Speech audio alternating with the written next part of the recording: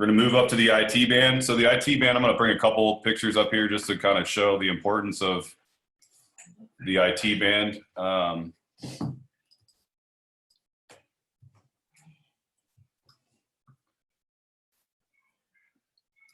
So if we look right here, you see this pelvis and this hip. So this is your hip joint. This is the ball of your femur where it inserts here.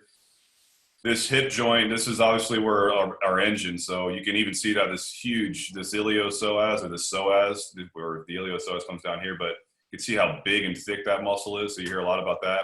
It's a kind of a difficult one to roll. It's super freaking awkward. We're not going to get into it today because really you need to have like one of those supernovas. But you can see if this hip starts to tilt forward or starts to tilt back, it's going to have an impact on this IT band. And you can see how the glutes, this is what they use for their IT band. They use the IT band to create hip extension. So if this band gets all distorted, you know, and you see this hip start to tilt forward, it's going to create lines of stress. It means the glutes aren't going to be able to fire as good as they can. So when we sit a lot, all this gets bunched up. This is also why you see this glute med that you hear a lot about lateral hip strength and banded walking, why that's so important. You can see if that starts to move, that's what stabilizes the head of your femur. So if you can't stabilize the head of your femur very well, then obviously hip function is going to be limited. So what you're going to do here, you can see the lines of this fiber here moving along in this straight line.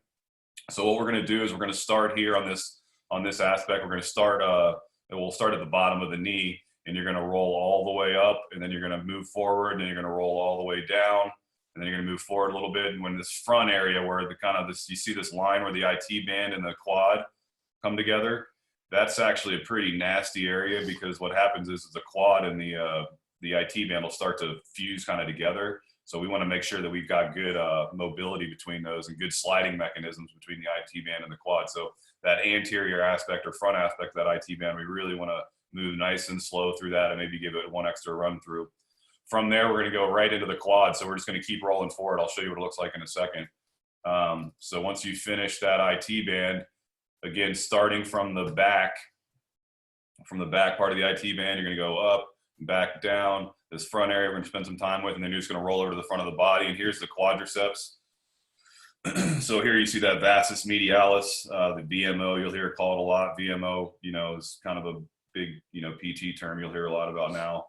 It can have some impact on the knee. You can see this floating bone, the kneecap, and how all these muscles incorporate into that. So if we've got tension in the bellies of any of these quadriceps, it's going to pull from this patellar tendon. So this is where we see patellofemoral issues, a lot of swelling in the knees, because if you're super quad dominant, it means you're pulling from the front of this knee a lot. So this is where knees can start to get a little pissed off.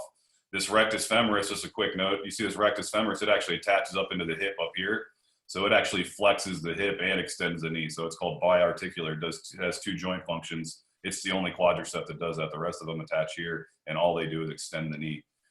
So what that's going to look like on the foam roller is, starting from the side, you're going to start from that knee, and then really slow, you're going to move to the top of the hip. And then what you're going to do is you're just going to, once you get to the top of the hip, I'm going to fast line it a little bit. You're going to turn forward a little bit, and then really slow, you're going to go back. Right now I'm starting to get into that anterior aspect of the IT band. It's really slow. Once you get to the knee, then you're going to start moving into the quad. You're just going to keep moving forward right in the middle of that quad belly. And I want you to go all the way up until you feel where it goes right to the bone. You don't need to roll over the bone, but that'll help kind of push it out. Then you're going to make a long sweep back. Okay, so we're going to spend a few minutes just sweeping the side of the leg and the front of the leg. What's up, Julia? Sorry, I got a setting for admitting. It was an old class, so I apologize.